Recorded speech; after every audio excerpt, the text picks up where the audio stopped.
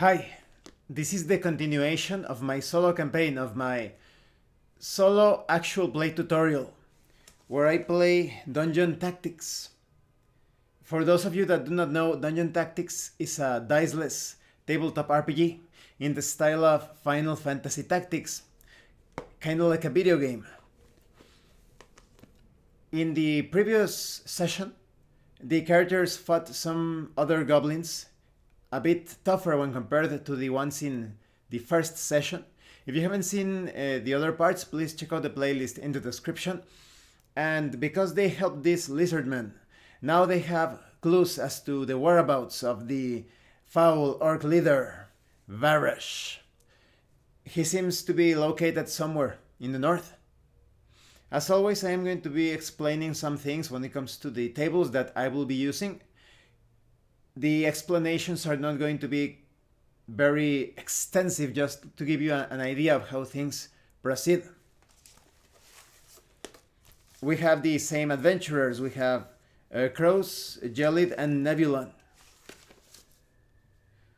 And so it begins. The adventurers continue their journey through the northern section of the forest of Never Return. Now I take the Solo Adventuring Toolkit to determine the encounters. The tables that I am using are modified versions. In the case of the table for the encounters, when I roll no encounter, it only counts if I roll between 1 and 5, but every other result counts as an encounter with a non-player character.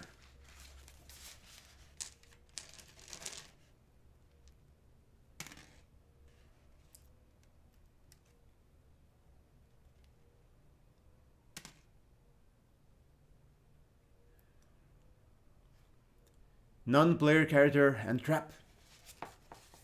Now I roll to determine the sort of trap that is encountered here.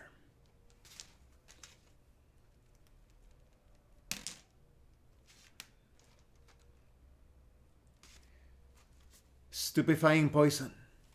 It makes sense because so far in the sessions we have encountered poisonous clouds. Now we determine the species of the non-player character encountered.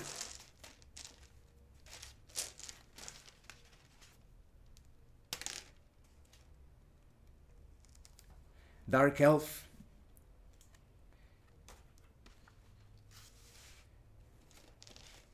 We will now determine if the Dark Elf is alive or dead.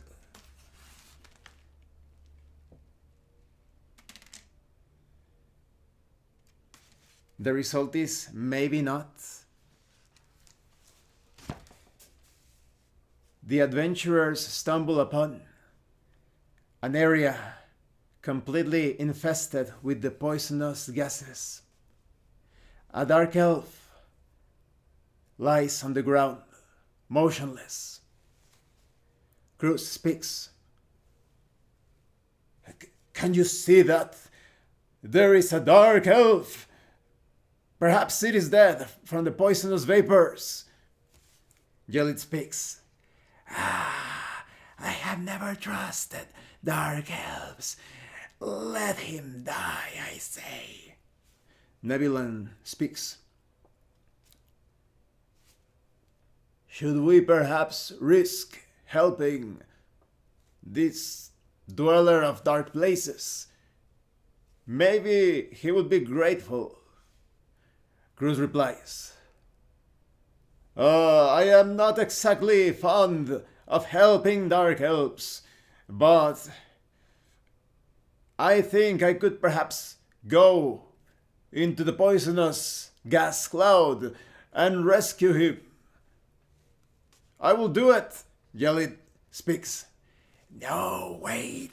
It's not worth the risk. Cruz replies. We need all the information we can get to find Varesh. Cruz plunges into the poisonous gases. Because this is a diceless system, I will still roll dice to determine the damage. Otherwise, the game master will be determining this based on judgment or preparation. But it wouldn't be exactly fair because I am playing as the player characters. I would be putting things too easy for me.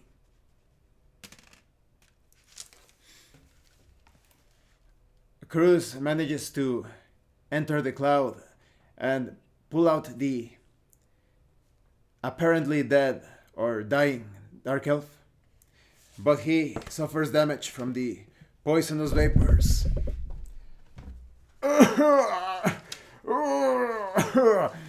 Maybe that wasn't such a good idea.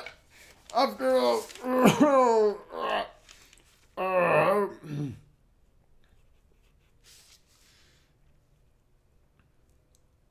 Nebulon approaches the Dark Elf and starts slapping him around. Hey, are you alive? Can you hear me? Because we rolled that maybe the Dark Elf was not alive, now we make a roll to confirm that.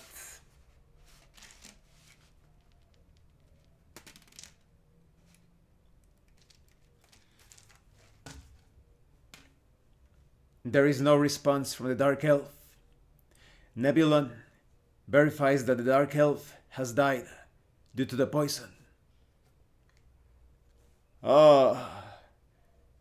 He is dead. Jellit speaks. I told you, what now? It was all a waste of effort, and now Cruz is a bit poisoned. Cruz replies, well, we might as well search the poor bastard. Perhaps there is something of value in his belongings. Now we roll to see if there is something of value. Almost certainly yes.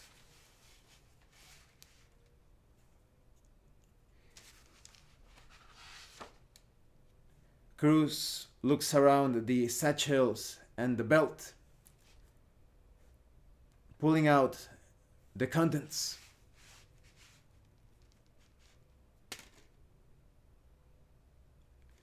Right now I made a judgment call to determine if it was a gold or a healing potion. And as Cruz searches around the belongings of the the Dark Elf, he finds dried spiders, materials and ingredients that are used for foul Dark Elf rituals. But he also finds what is clearly a healing potion. Look, it is written in the common language, healing potion. We have lucked out. This is surely to come in handy during our adventures. Jellit speaks. You should keep it after all. You were poisoned in that reckless action.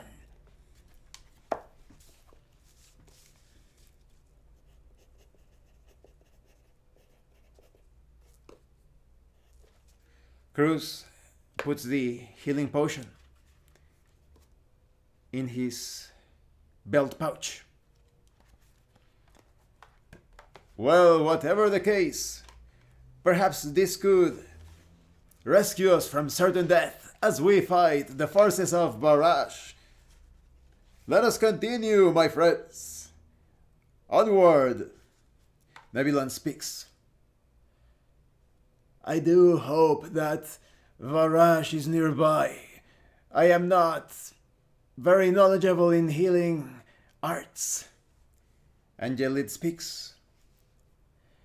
Just keep in mind that if there is too much trouble, perhaps we could attempt to run away.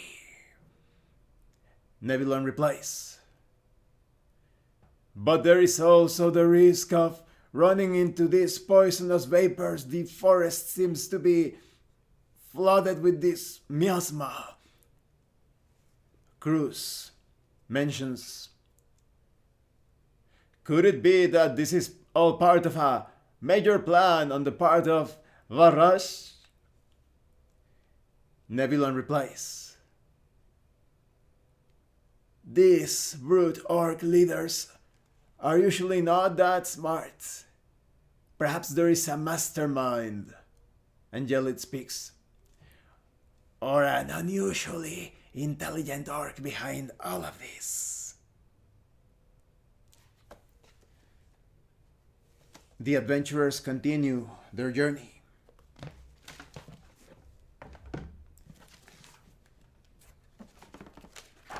I now make a roll to determine what they encounter.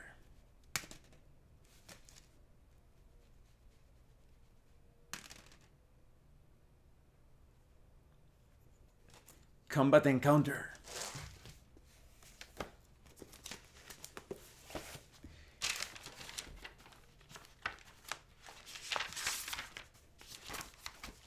Now,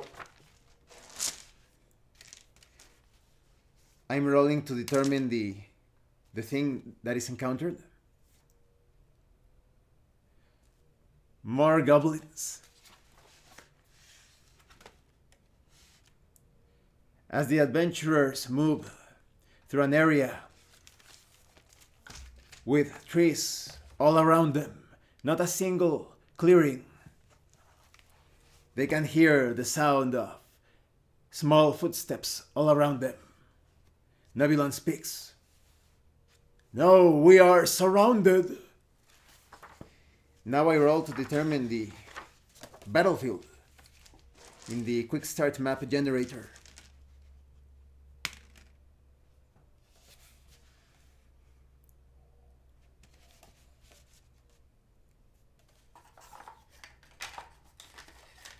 On the west side, there is a rocky formation dividing the entire section in the middle.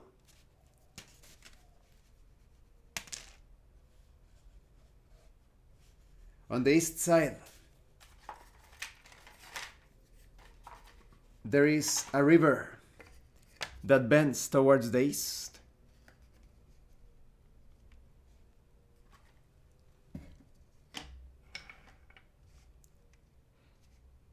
Now, I am rolling to determine the position for Cruz.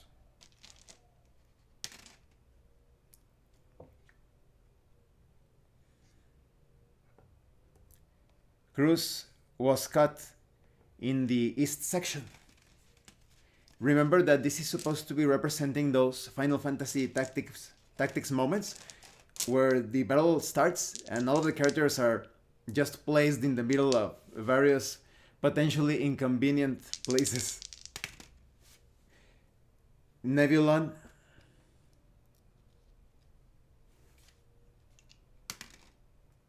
is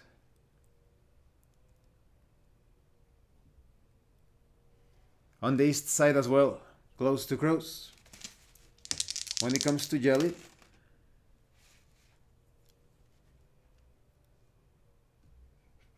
he's on the west side, the southernmost part of the map. Now we determine the places, the locations of the goblins.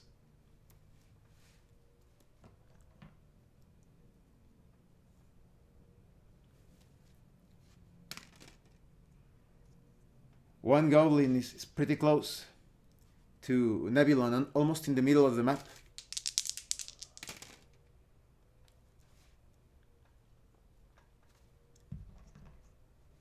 The other goblin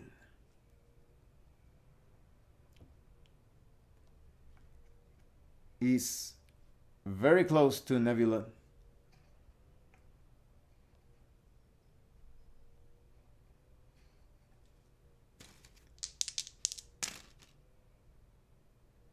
Another one of the goblins is just close to the middle of the map, next to the river, a bit closer to Nebulon. And the goblin is just south of that same goblin.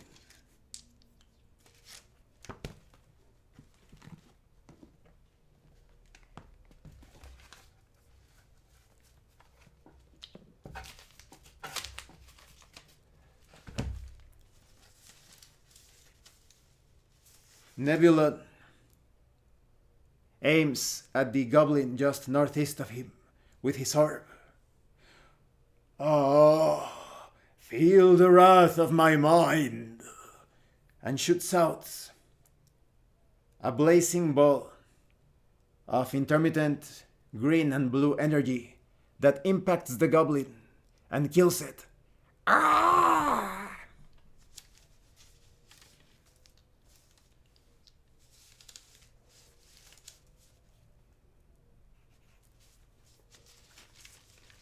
Gelid rushes eastwards towards the closest goblin.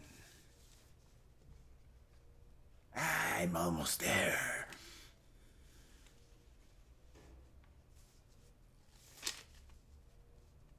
And cuts vertically downwards with his axe. "Take this, you foul creature!" Splitting the goblin in half.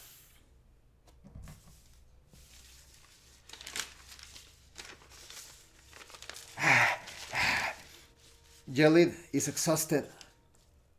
0 action points. Crows moves westwards, closer to the other goblins.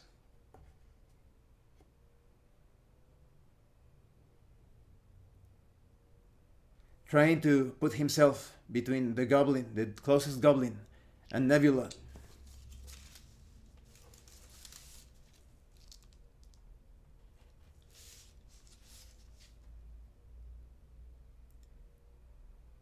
The goblin, closer to Gelid, rushes at him.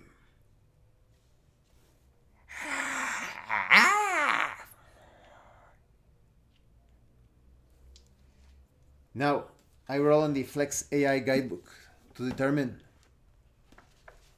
the tactics that this goblin is employing.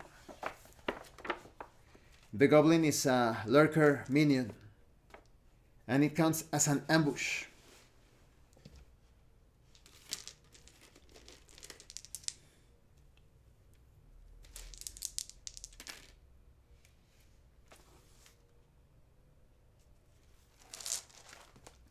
The goblin cuts with his knife,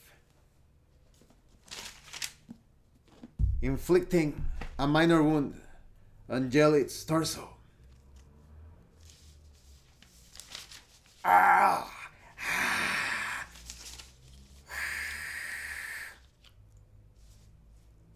Gelid grabs close to his ribs, injured. "You'll pay for this."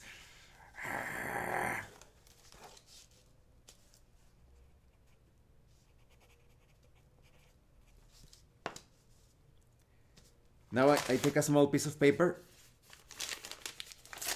to mark the action points that the goblin has spent.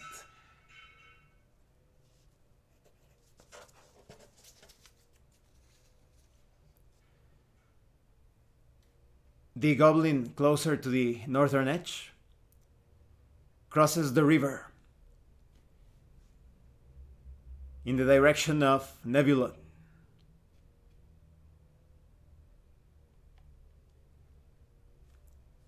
His progress through the river is difficult. He is caught within the current. He is still out of danger, but he has not made it across towards Nebula. Nebulon can act once more and aims his orb against the goblin.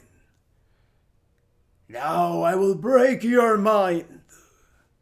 The goblin's brain explodes and the corpse of the goblin is carried away by the strong currents.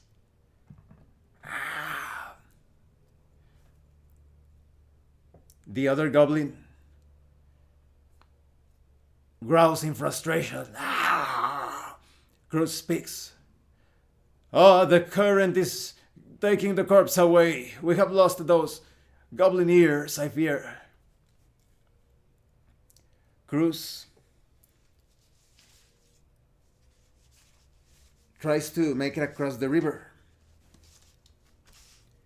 but he's in the middle of it.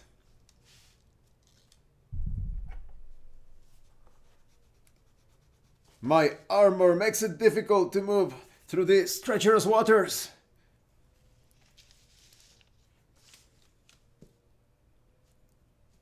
Jelly is too tired, too exhausted from his previous action and cannot take action at this moment. Just wait until I catch my breath, you goblin! Now we roll to see how the goblin reacts now that his companions have been killed. Using the same category, but instead of minion ambushing, it is minion overwhelmed.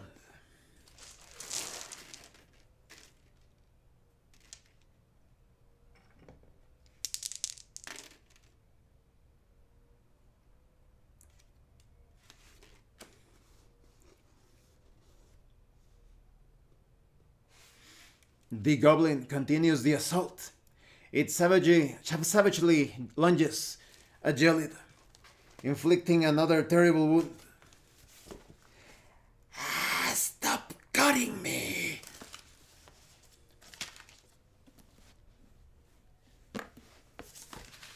Nebulon is too tired because of his previous action. He only gets closer to the river. Hold on, Jelid! I am coming! Jelid cuts away at the goblin, decapitating it. Take that, you fool! The goblin is killed. I would appreciate that healing potion, please. Of course, after Nebulon and Cruz make their way across the river, Cruz gives Jelid the healing potion. That feels much better.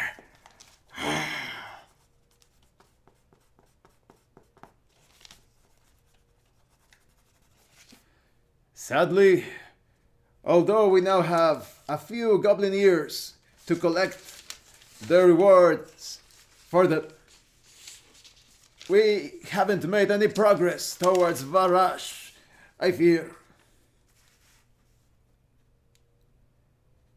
Nebulon speaks. Don't despair, my friends. I am sure that if we continue northwards in the direction pointed by the lizardmen, perhaps we will encounter Varash finally. Jelid speaks. Is that lizardman even trustworthy? Are we to be certain that somewhere in the north Varash has his camp or hideout or something? Cruz speaks. Well, it's the only direction we can follow. We should continue. Let us proceed.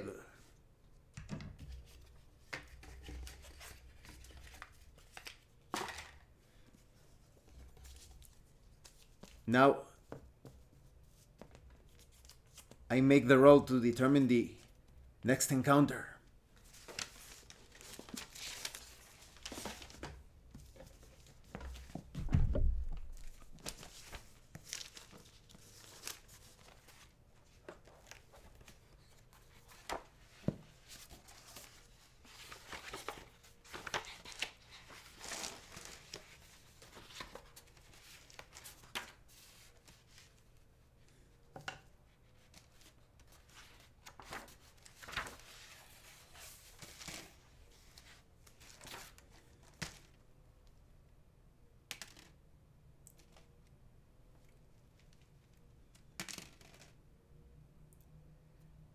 Obstacle and non-player character. I now roll to determine the exact nature of this obstacle.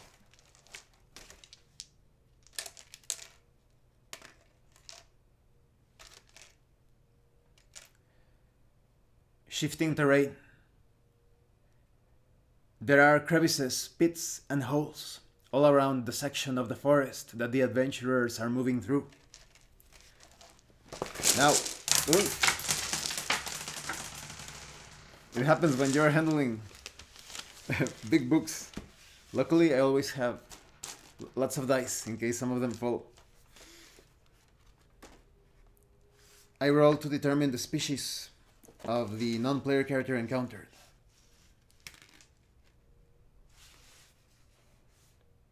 Half-elf. The adventurers see a half-elf with long, light brown hair, standing looking at the holes, the pits, the crevices, the almost destroyed section of the forest. He spots the adventurers. And now I roll to determine the way that this half-elf is going to react.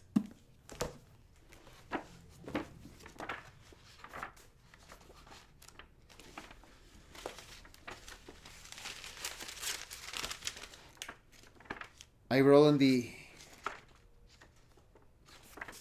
bystander table.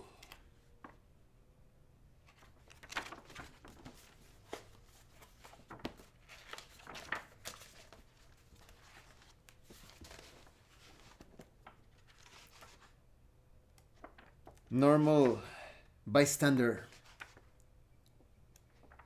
passing by.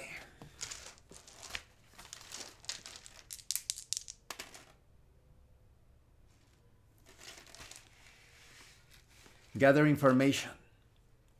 The elf looks at the adventurers. Well met, my friends. I am Lithiel. Do you have any idea what caused all of these holes and pits and crevices in the ground? Crow speaks. We were perhaps hoping that you would tell us. This is not normal in this forest. Perhaps poisonous gases, I can understand that. They are all over the place. But what caused all of this? Nebulon also speaks. Perhaps there was some sort of magical battle or effect that caused all of these holes, crevices, pits. Nebulon shares his thoughts. Or maybe it's something that happened naturally. It is difficult to ascertain. Just look. Could it be perhaps related to barrage? No. Could it? Now I roll to see how the elf replies.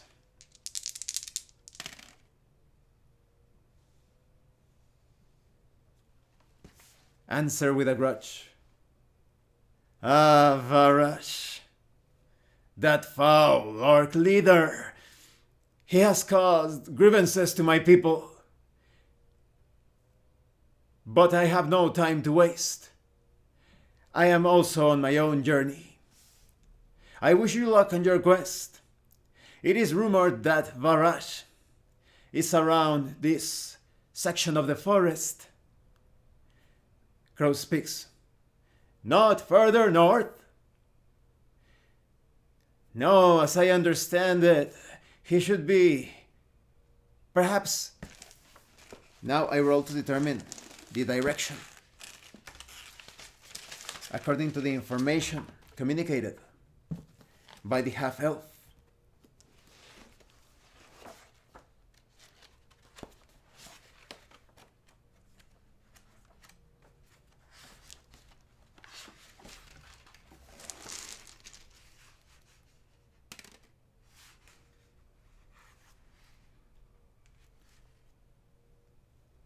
Well, you could certainly say that it is just a bit north.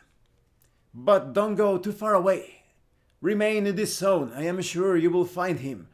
Just perhaps a 10-minute walk northwards. You said we didn't need to go north. Well, it's difficult to tell because of the way that this forest is unnaturally formed. This is very unusual as a high elf. I can tell you that this forest has been affected by some sort of unnatural force. Cruz speaks. Very well, onward, my friends, and thank you, my friend Lithiel. I hope we can meet again. Be safe on your path, my friends. The elf continues his walk. Now we roll to determine the direction where he is heading. Southeast, making his careful steps across the crevices, the pits, the holes. Nebulon shares his thoughts. I can probably guess that Varash is not happy with our progress. Jellet speaks. After all, we have killed many of his goblins.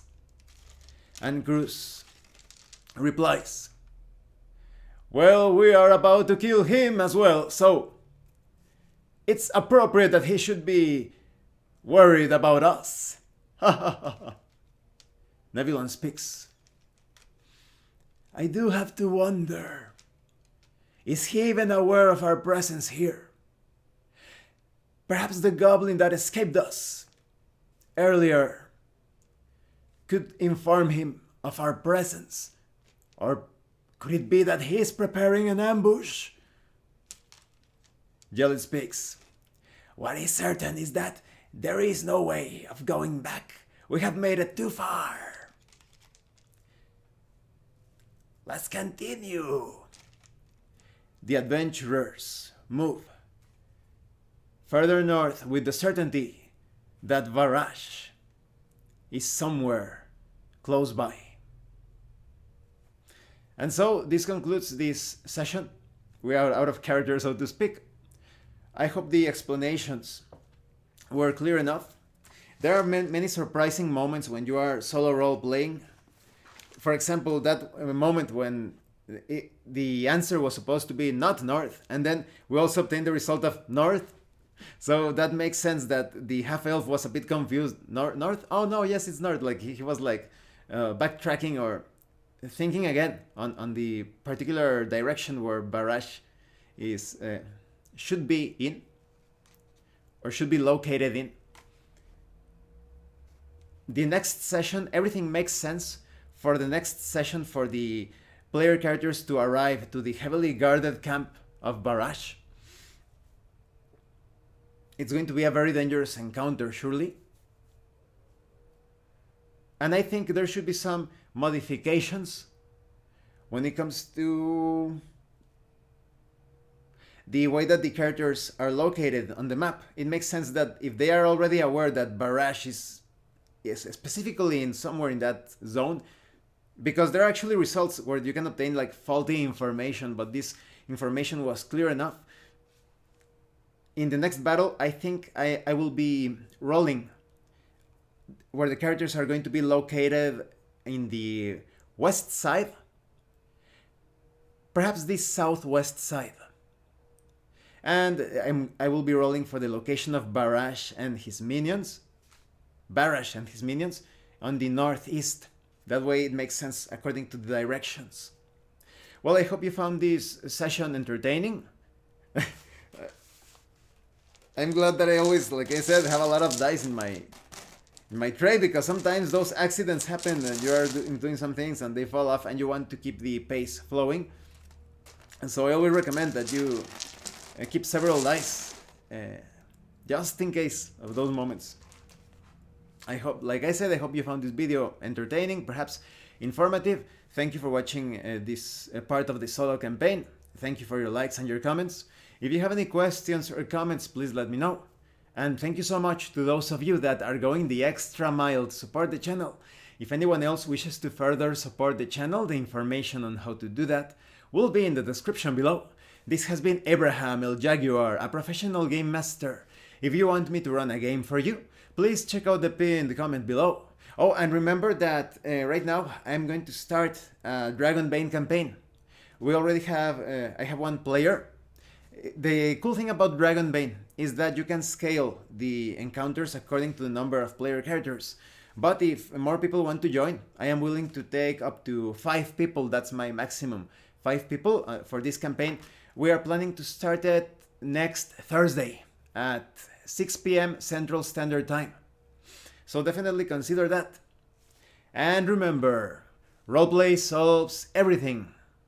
Once again, thank you and see you later.